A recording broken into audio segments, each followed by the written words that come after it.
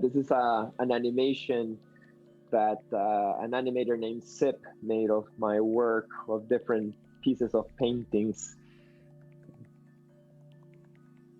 That's your mother and your father right there.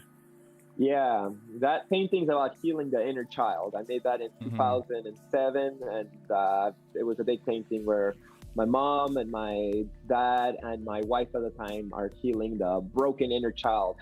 Beautiful. The dragonfly. This is a really cool animation. Yeah, I really like it. I'm working with this animator now to make my first NFTs. Okay. That'll be my next question, man. NFTs, because I just visited Alex Gray, and he just put up his work on NFTs as well. Oh wow. Yeah, he did well with it.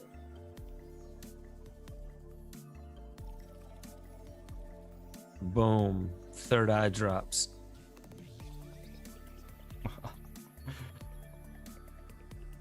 Is that how you feel on Sananga? No, Sananga is more like somebody put pepper juice in my eyes and I'm just burning.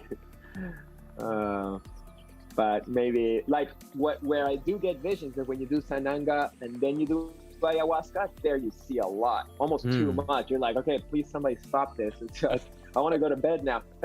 Oh wow. Have you done it then? Sananga, yes, but not paired with Aya. Okay. Yeah. I call them holy shit drops. Yeah. Not fun. And I did it 3 days in a row. Oh, damn. What my practitioner was telling me is like to try to find the pleasure in pain because it's like a thin line. So today, actually, it didn't burn as much. And not that I found pleasure in it, but it was a little bit less intense. So I don't know. There's always interesting observations of those two. It's kind of like when you get a tattoo and like it hurts a lot at the beginning, but then at some points it actually becomes somewhat pleasurable. I guess the endorphins. For sure. People don't get addicted to tattoos for no reason.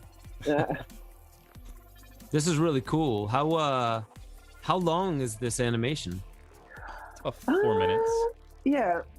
Kind of long, but we can keep on talking as let's just let people watch it for sure. Well, in the meantime, you know, there's Chris, your wavy face with the dreads that you have no more, and the NFT space.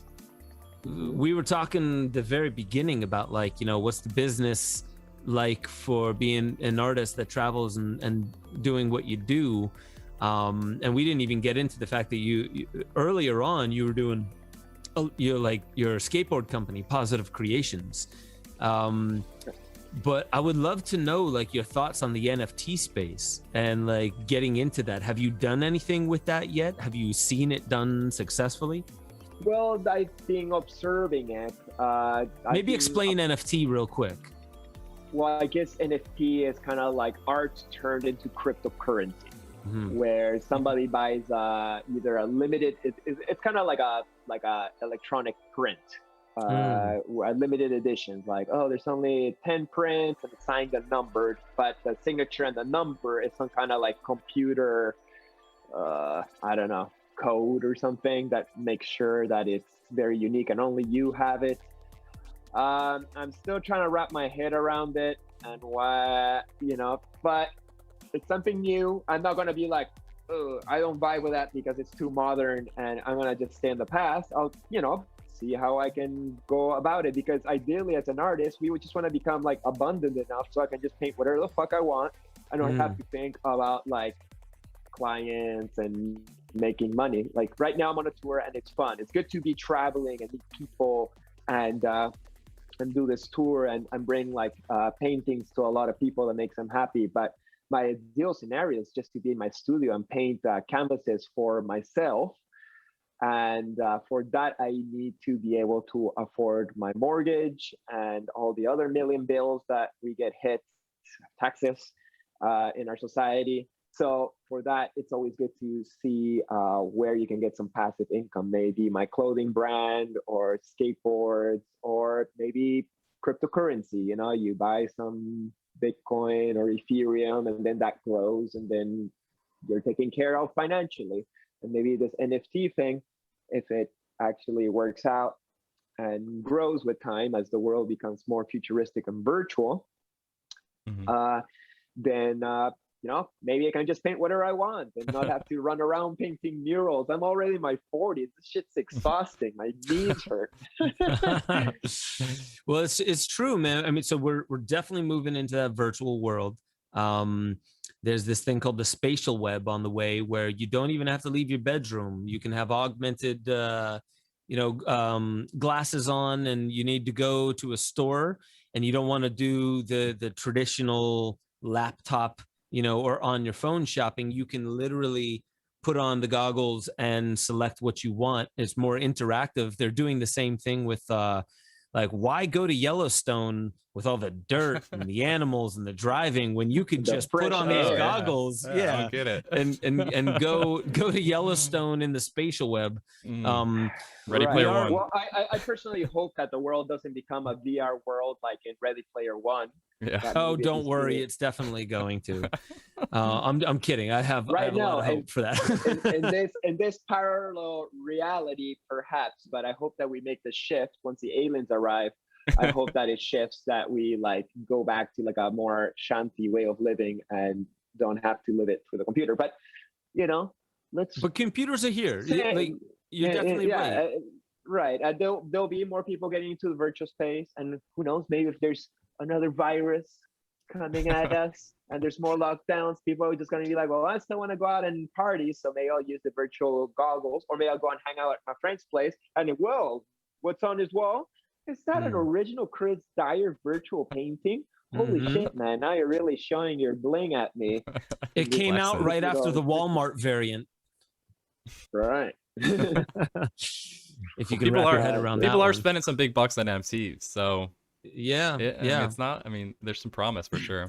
NFTs, so for the audience, non-fungible tokens. You got artists like Kings of Leon doing concerts, and like I said, Alex Gray was talking about putting his stuff. He's just recently done it since I met him, which was just back in February, I think.